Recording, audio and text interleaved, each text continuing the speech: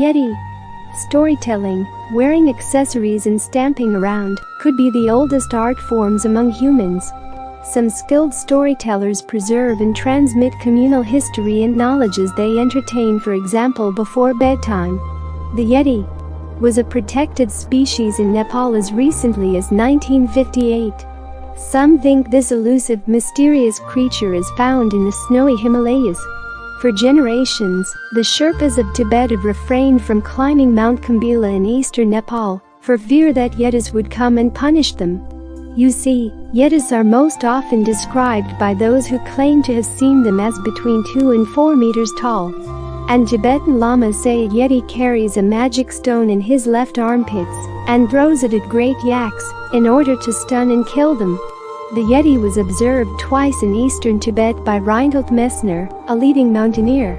The huge ape-like creature was also spied in Nepal by the British mountaineer Don Willans in 1970, when it was making off across the southern slope of Mount Annapurna, while clutching a bag of English chocolate bars, taken from the mountaineer's tent. Genuine Yeti specimen and authenticated photos seem absent. In May 2012, investigators, led by University of Oxford genetics professor Brian Sykes, sent out a request to museums and individual collectors, including the renowned mountaineer Reinhold Messner, and got 3 hair samples in good enough shape to allow gene sequencing. These samples were said to be from Yetis. But one of them came from a goat, and the other 2, one from Ladakh in India and the other from Bhutan, were linked to the polar bear. The hairs might have come from a distant descendant of the polar bear or a local cross with a brown bear, the scientists suggested. Might have come from Ziz looks like a little speculation. The facts are: 3 hair samples are investigated and ruled out. But the samples are few. The findings are therefore far from being conclusive evidence whether there are snow bears walking about in Tibet or not. And now for good old Yeti tales from Tibet. This tale I'm about to share here is adapted from a popular textbook, Tibetan English Folktales, 2006, edited by Ali Stewart, Kevin Stewart, C. Bangradorji, and others. Tale of the Yeti and the Old Man. Also known as Yeti protection. Once an old man from Nepal carried a large sack of corn through the forest to a small abandoned mill to grind it into flour. But before his task was finished, it was dusk already, so he had no choice but to spend the night there at that place. In the dead of night, when the old man lay curled up next to his small fire on the floor of the mill shack, he suddenly woke up. A huge ape-like creature with white shaggy fur was standing over him, thundering, "Who are you and what do you want here?" "I only want to grind my corn," squeaked the villager. "This is my hiding place," snarled the Yeti. "No one sees me and leaves here alive." The man was very scared, but an idea came to his mind. "Great Yeti," he began, "it is a Tibetan custom to anoint one's legs before dying. Please, let me perform these rites before you take my life." The surprised Yeti nodded. It was okay. So the man sat down and started rubbing butter on his legs, massaging both sides. "This is how we scent ourselves before death, big one. Then our well-oiled legs swiftly and easily carry us wherever we wish to go. Let me try some of that," bellowed the Yeti and sat down with a thump. What he did not notice was that the old man massaged his swollen, hairy legs with pine resin from the rucksack, and not butter. Then the man took a burning firebrand and held it near his own legs, and the butter streamed down. The Yeti did likewise with a flaming stick. But as soon as he held it next to his legs, the pine resin flared up and his whole body seared up into flames. Screamingly he leapt away into the forest and was not seen again. There is a Yeti or fear in the back of everyone's mind, but the blessed are not haunted by it. Old Sherpa wisdom. If you wish your own true experience or any folktales, legends to be read animated and illustrated here, then please kindly share them to zen123@gmail.com. Also mention how you want your name to be credited in the video. Lastly, if you want to, then please click like, share and subscribe. It's free, doesn't cost money. but can make a difference to the channel, helping me provide better quality for my next videos. Thank you. I hope you've enjoyed this video. Should you have any questions, please comment below.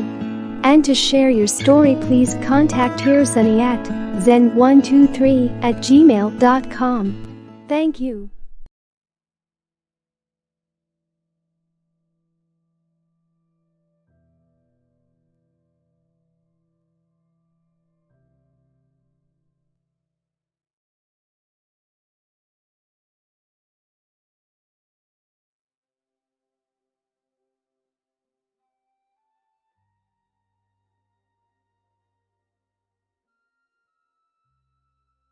The tale of the nine-tailed fox, Tamamo-no-Mae.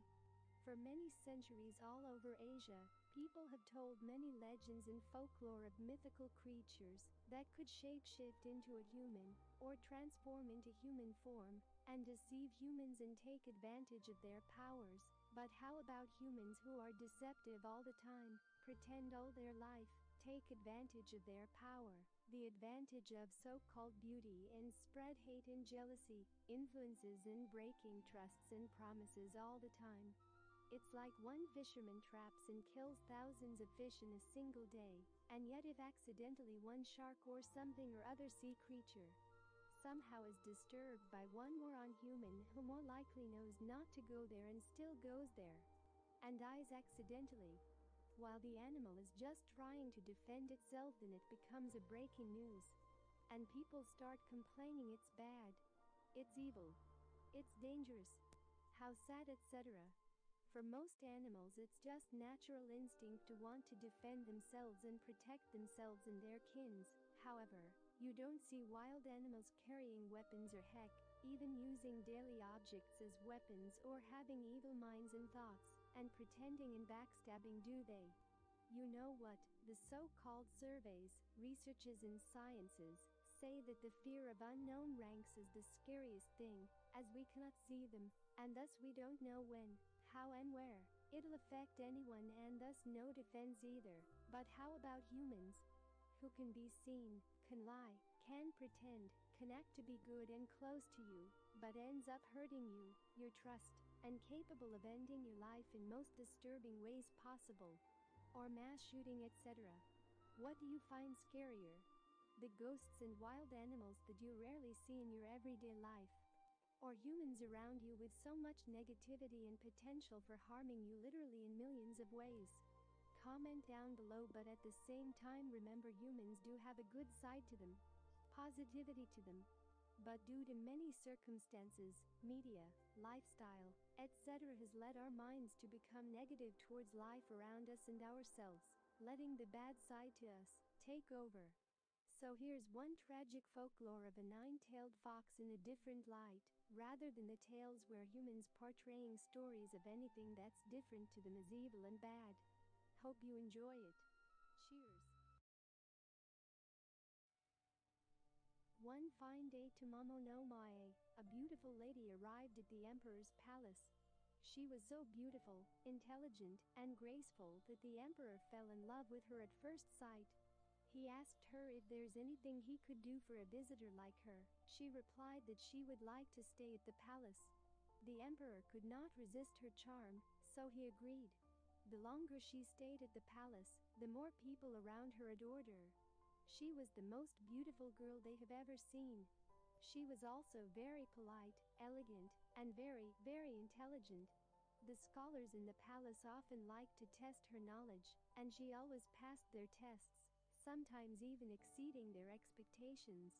The emperor, that also enjoyed her company, found himself falling in love with her even deeper.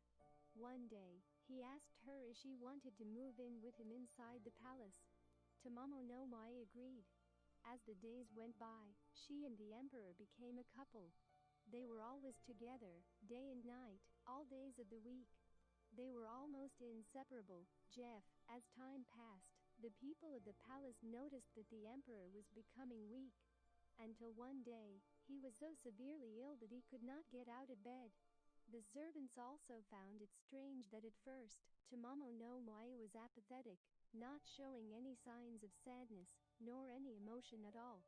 It was just until when the emperor had a grave near-death convulsion that Tamamo-no-Mae almost appeared worried and restless, sometimes even looking quite confused.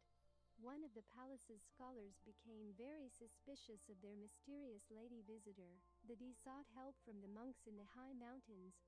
He told them how the nearly perfect Tamamo-no-Mae came to their town and charmed everyone, including the emperor, and that he fears that she might not be what she appears to be. The monks gave the scholar a small wand and told him to trick Tamamo-no-Mae into touching it. They said that when she touches it, it will reveal her true nature. The scholar returned to the palace and immediately went to Tamamo-no-Mae. He found Tamamo-no-Mae in her room, staring blankly out of the window, looking very absent-minded. One fine day, Tamamo-no-Mae, a beautiful lady, arrived at the emperor's palace. She was so beautiful, intelligent, and graceful that the emperor fell in love with her at first sight. He asked her if there's anything he could do for a visitor like her. She replied that she would like to stay at the palace. The emperor could not resist her charm, so he agreed. The longer she stayed at the palace, the more people around her adored her. She was the most beautiful girl they have ever seen. She was also very polite, elegant, and very intelligent. The scholars in the palace often liked to test her knowledge, and she always passed their tests, sometimes even exceeding their expectations. The emperor, that also enjoyed her company, found himself falling in love with her even deeper. One day, he asked her if she wanted to move in with him inside the palace. Tamamo-no-Mae agreed. As the days went by, she and the emperor became a couple. They were always together, day and night, all days of the week. They were almost inseparable. As time passed, the people of the palace noticed that the emperor was becoming weak. Until one day, he was so severely ill that he could not get out of bed. The servants also found it strange that at first, Tamamo-no-Mae was apathetic, not showing any signs of sadness, nor any emotion at all. It was just until when the emperor had a grave near-death convulsion that Tamamo-no-Mae almost appeared worried and restless, sometimes even looking quite confused. One of the palace's scholars became very suspicious of their mysterious lady visitor, that he sought help from the monks in the high mountains. He told them how the nearly perfect Tamamo-no-Mae came to their town and charmed everyone, including the emperor, and that he fears that she might not be what she appears to be. The monks gave the scholar a small wand and told him to trick Tamamo-no-Mae into touching it. They said that when she touches it, it will reveal her true nature. The scholar returned to the palace and immediately went to Tamamo-no-Mae. He found Tamamo-no-Mae in her room, staring blankly out of the window, looking very absent-minded. The scholar took the opportunity of Tamamo-no-Mae's absent-mindedness and asked her if she wanted to come with him for another knowledge test, to get her mind off of things. He offered his hand to as if to invite her, and when she reached out her hand, he immediately pressed the wand against her palm. The moment the wand touched her skin, it began to smoke. Tamamo-no-Mae attracted her hand in pain, but it was too late. A blinding light came out of nowhere, and amidst the light and smoke, the scholar was shocked to see a number of tails unfurl behind Tamamo-no-Mae. The scholar screamed for the guards.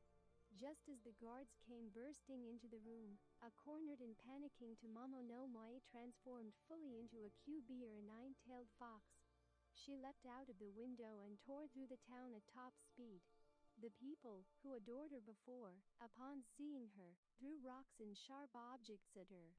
Wounded, she escaped the town and headed towards the mountains. Back in the palace, the scholars informed the emperor of Tamamo-no-Mae's true nature. Kitsune and kyūbi are creatures who are known to use their charm to absorb the energy of people, especially those who feel closest to them. Heartbroken and still weak, but miraculously recovering, the emperor heavy-heartedly authorized the scholars to do what needs to be done, for the sake of the people. The scholars then hired two skilled warrior assassins, Kyūbi-no-Kitsune and Miura-no-Kitsune, to hunt and kill the fox. It took long before the two warriors found her.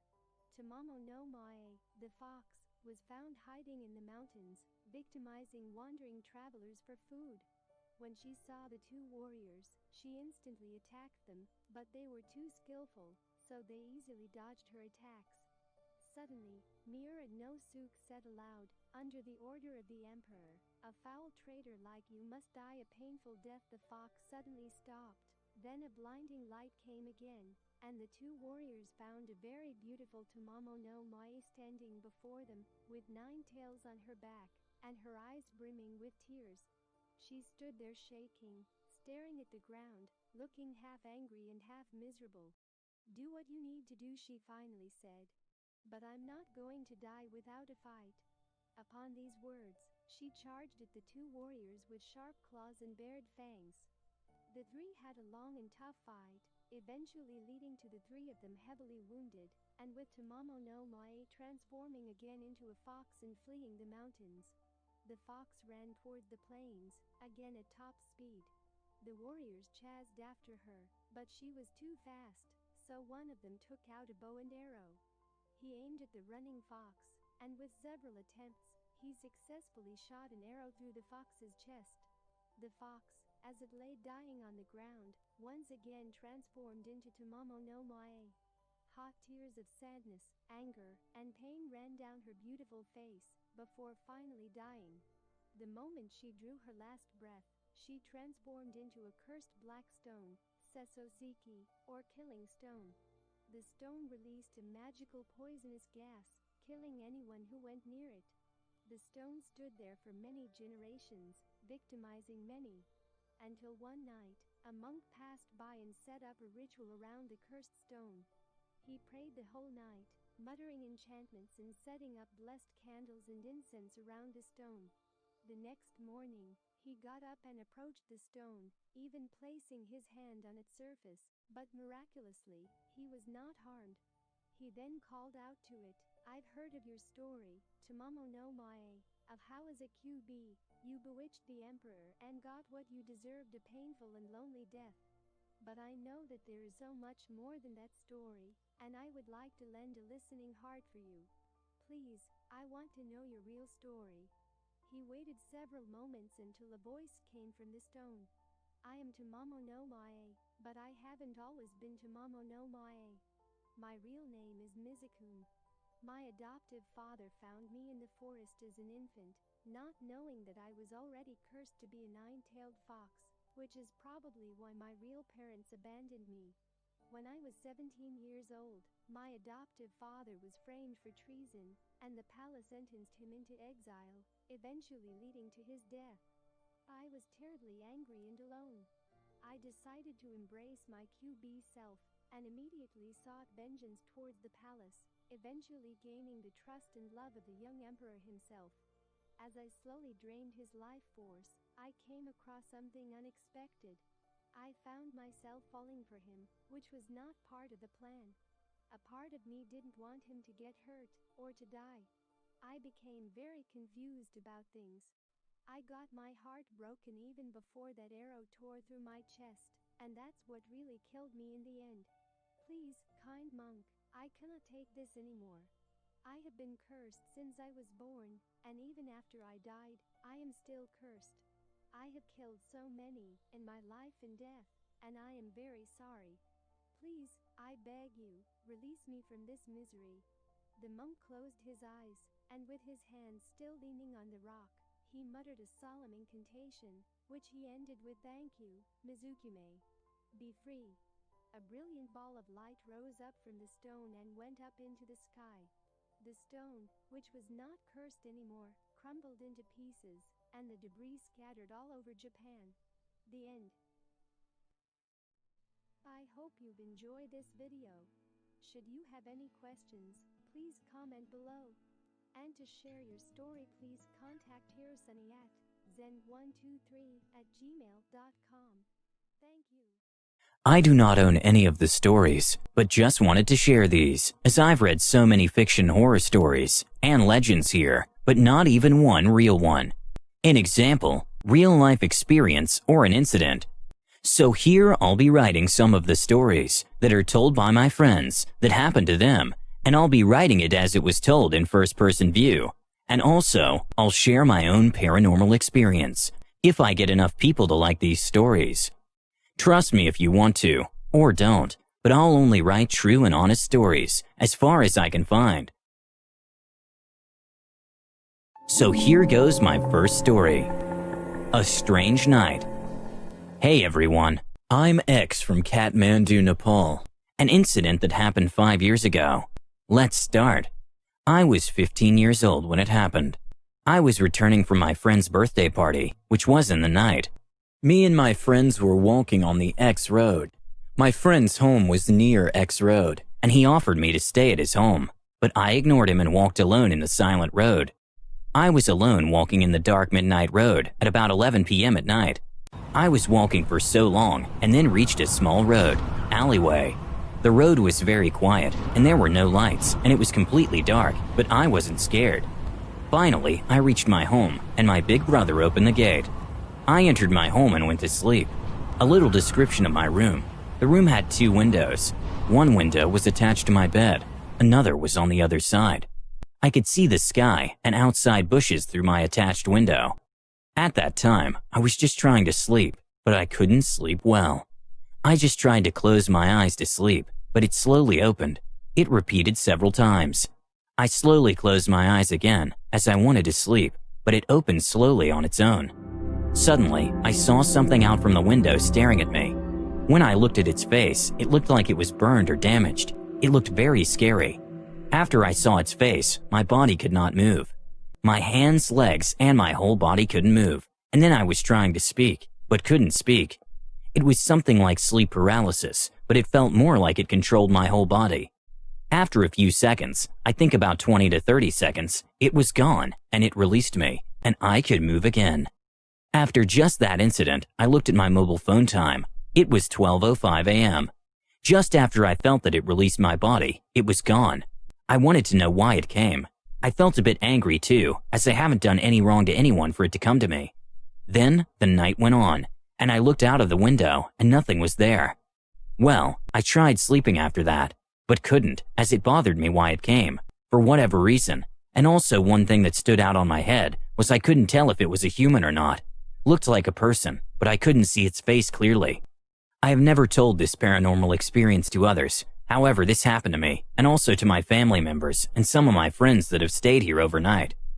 I want to ask you, after this paranormal incident, I never had any such types of the paranormal incident ever again. Why? And I still remember what happened that night very clearly, but this was 5 years ago. I'm 20 now, but still cannot figure out why that happened. And also, till this 5 years, I didn't have any more experience like this. So, as he said on behalf of him, could you suggest why it happened and why not again after that? Please comment.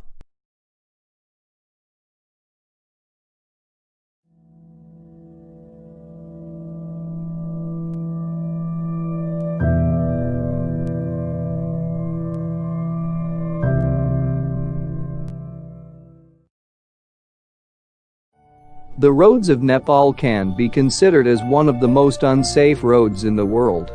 Here the odds of a bus, truck or car having a collision are higher than in Japan, Korea, India and the rest of the world. Nepal's topography, poor road conditions, not enough government funding, careless drivers, and lack of regulation are some of the reasons that lead to these incidents.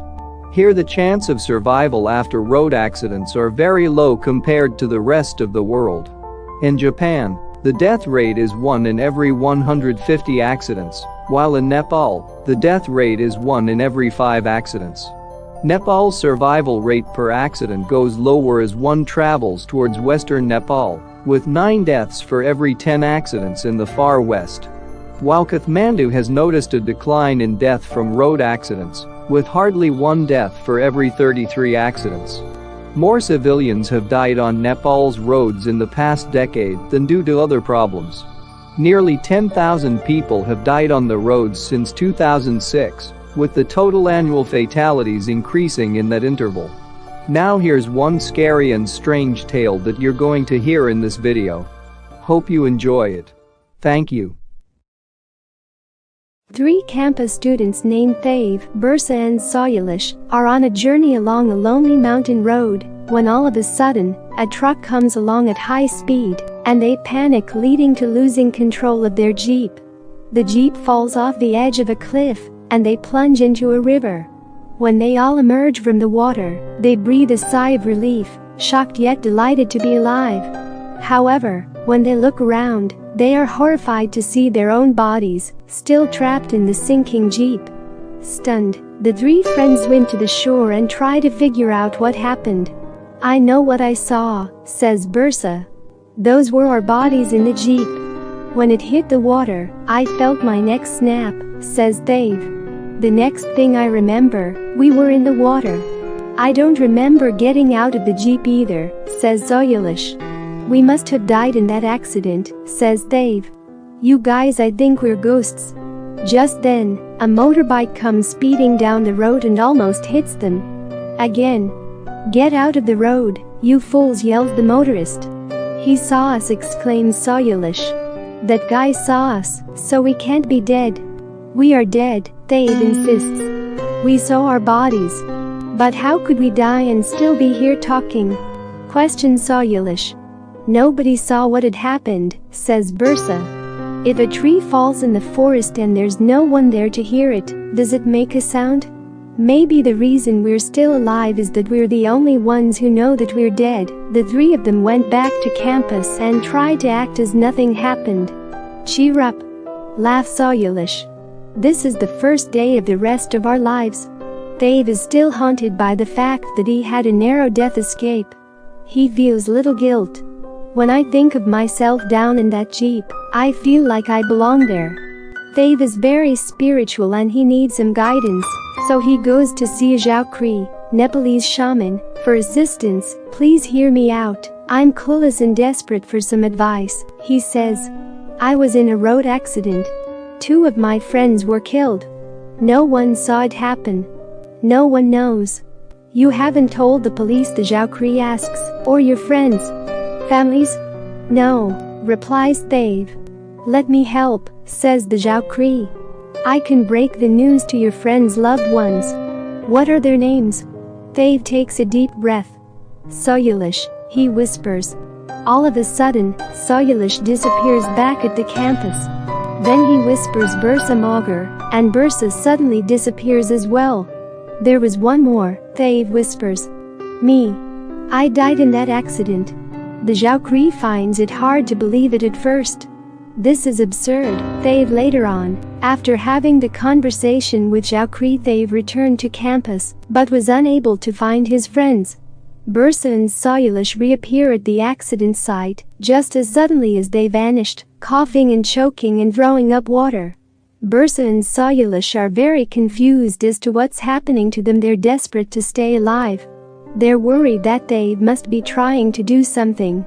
And if he'll tell someone else about that accident, they're afraid that they'll all die if others know of that incident. "The Jeep is only about 160 meters down," says Bursa. "Sooner or later, someone is going to find the Jeep and us. We've got to get our bodies out of there," says Zoyalish. "We can bury them somewhere in the mountains very deep." Bursa agrees and says yes, as deep as we can. While Dave still can't come to terms with what has happened to them. He thinks his salvation depends on his body being found, so he goes back to the river where he meets his friends Bursa and Zoyalish. They realize what Dave is up to. They try to stop him, however Dave manages to outrun them and dives into the water and swims down to the Jeep. Peering through the window, Dave can see his own dead body and Zoyalish's body and Bursa's body. He can't open the Jeep door, so he starts hitting the window and shatters it. He tries to pull his own body out, but it's stuck between the steering wheel and the seat. He tries very hard, but he can't move it. However, as he pulls and tugs, he accidentally frees the bodies of Zoyalish and Bursa, and they float up towards the surface. Dave is horrified when the Jeep tips over and plunges down into the depths, taking his body with it. Bursa and Zoyalish make it just in time to see their own corpses floating in the water. A passing fisherman spots the dead bodies and rows his boat closer to take a look. They swims back up to the surface, and as he watches in horror as Bursa and Soyulish disappear. "Oh God, no, no," he cries. "It was supposed to be me, not them. It was supposed to be me." Dave is now doomed to roam the earth for all eternity. His body will never be found. He will never be able to die. He will never be at peace. The end. I hope you've enjoyed this video. Should you have any questions, please comment below. And to share your story, please contact Hirosuni at zen123@gmail.com. Thank you.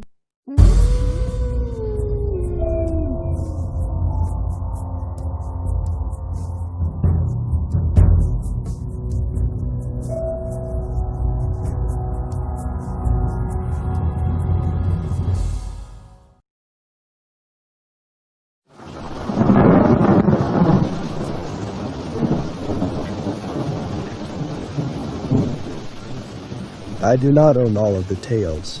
True paranormal tales are rare, so here I'll be sharing some of my friends, also my own paranormal experience. If I get enough likes on these stories, I'll prescribe true and honest stories as far as I can discover. In East, paranormal is wholly accepted, and in the West not much. Nonetheless, what's scary about it is that no one knows when, where, how it's going to affect anyone. It's not very well deciphered, so no defense either. Therefore, fear of unknown ranks as the scariest thing. What do you find scarier? The story starts with the introduction of Bokshi. The eerie woman walks the streets of Bhutwal in Nepal, wearing a surgical mask and hunting for children. If you cross her path, she will stop you and ask you a question.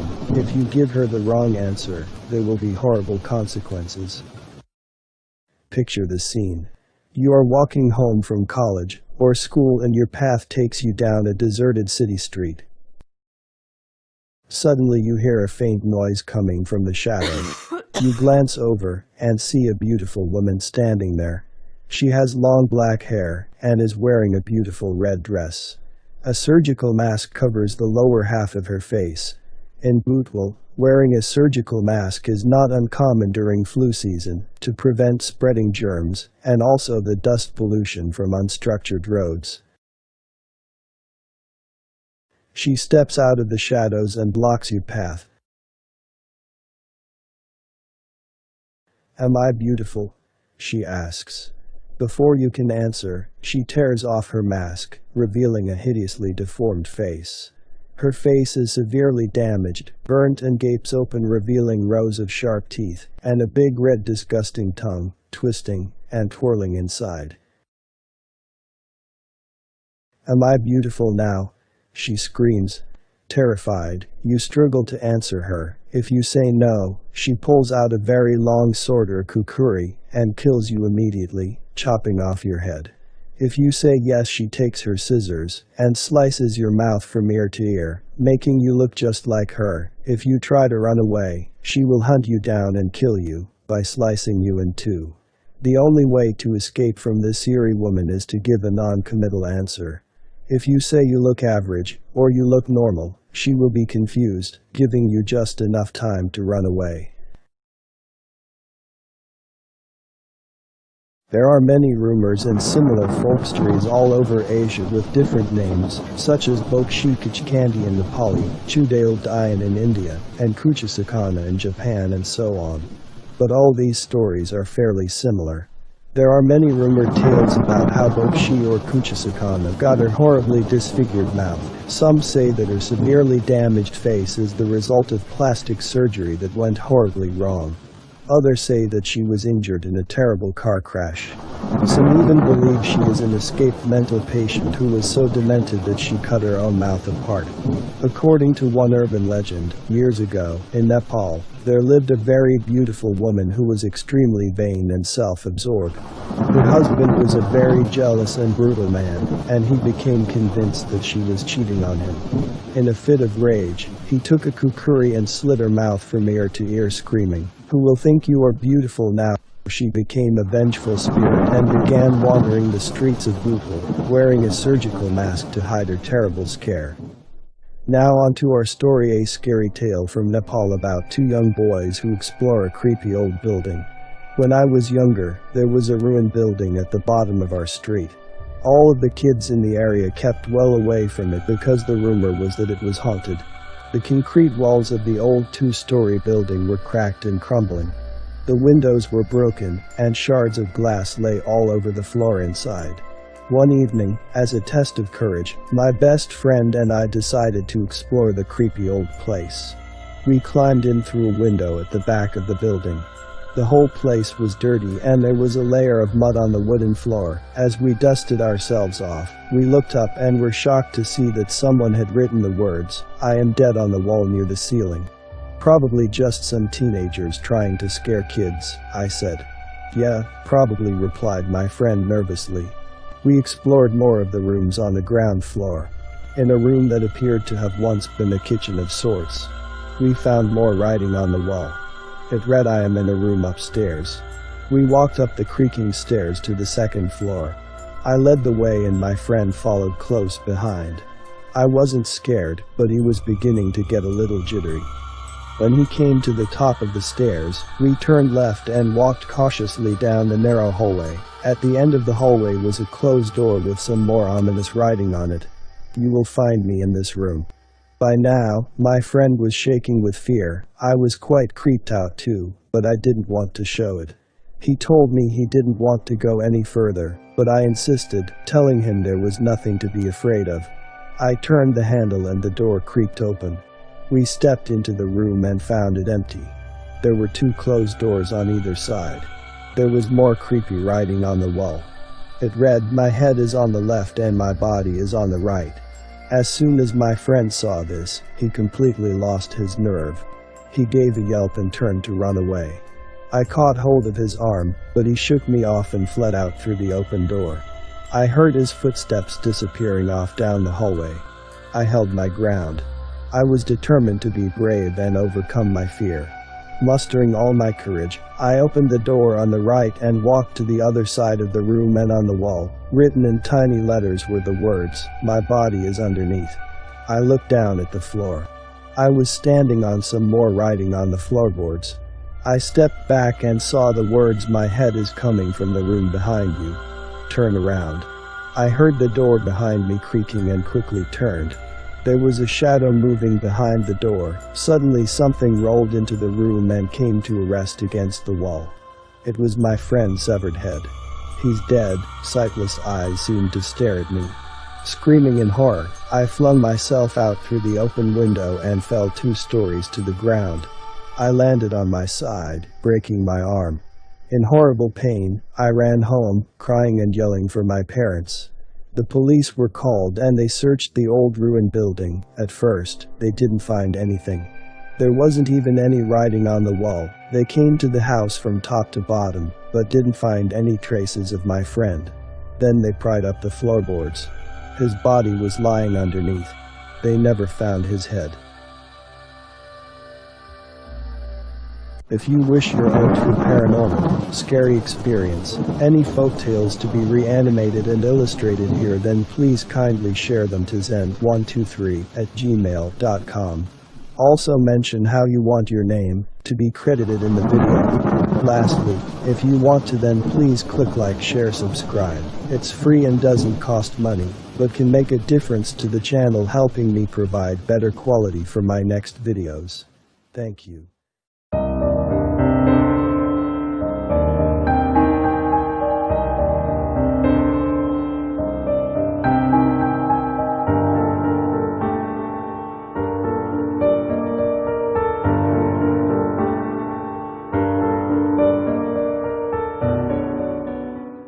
Kanya 1990 True Paranormal Stories Collection.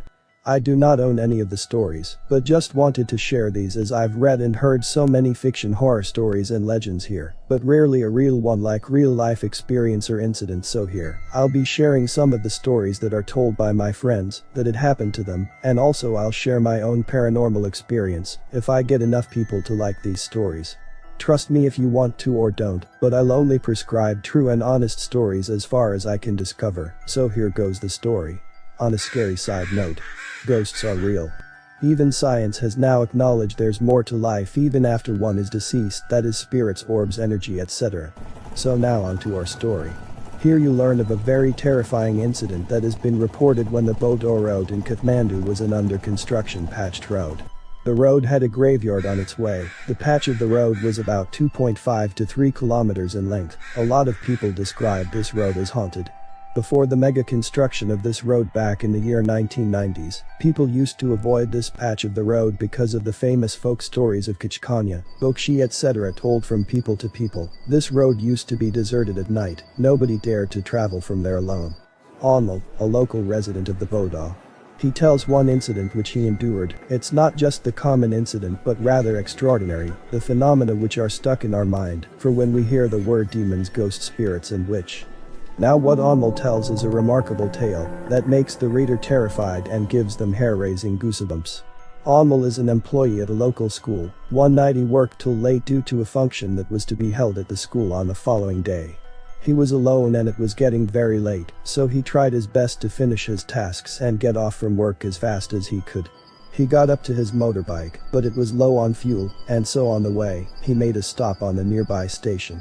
So while at it he thought of buying dinner for his family as the shops were open till late night. It was about 12:10 p.m. and so as soon as he received the order, he rushed towards Bodo Road as it was already late. He didn't want to take longer, so he took this forbidden pitch black route. As he drove along that road, all that could be seen was only his motorbike taillights and the lights from the headlight on this road ahead. The road was quite unbearable for the tires. The motorbike was not able to gain much speed and pass over the undeveloped road. Shortly after a while, his motorbike tripped near the graveyard. Bike's left tire got punctured, so he strode to the left and parked it. He then took out his repair kit from the back carriage box, and to his surprise, the graveyard's main entrance was to his right side, and he could easily see the graves from there.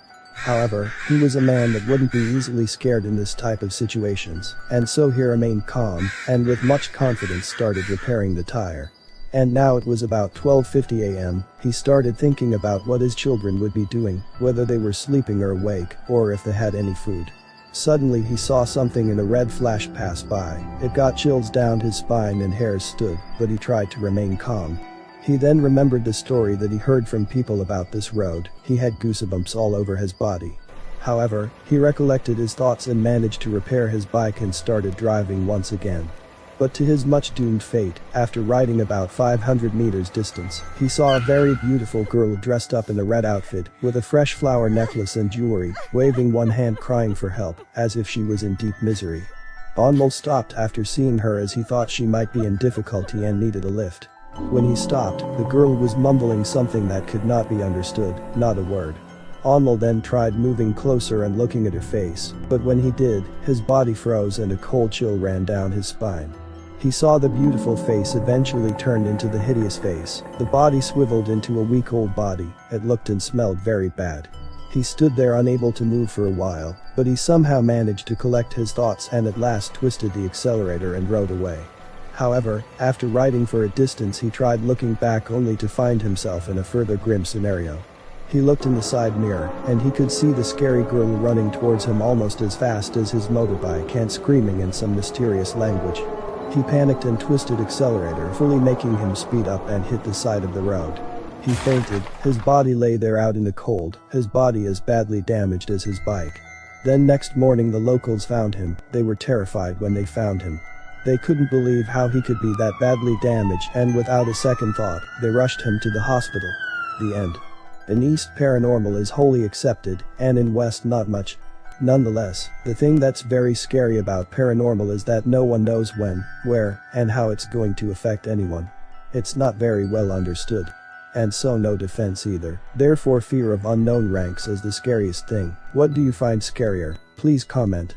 If you wish your own true paranormal scary experience, or any folktales legends to be reanimated and illustrated here, then please kindly share them to zen123@gmail.com. Also mention how you want your name to be credited in the video. Lastly, if you want to, then please click like, share and subscribe. It's free, doesn't cost money, but can make a difference to the channel, helping me provide better quality for my next videos. Thank you.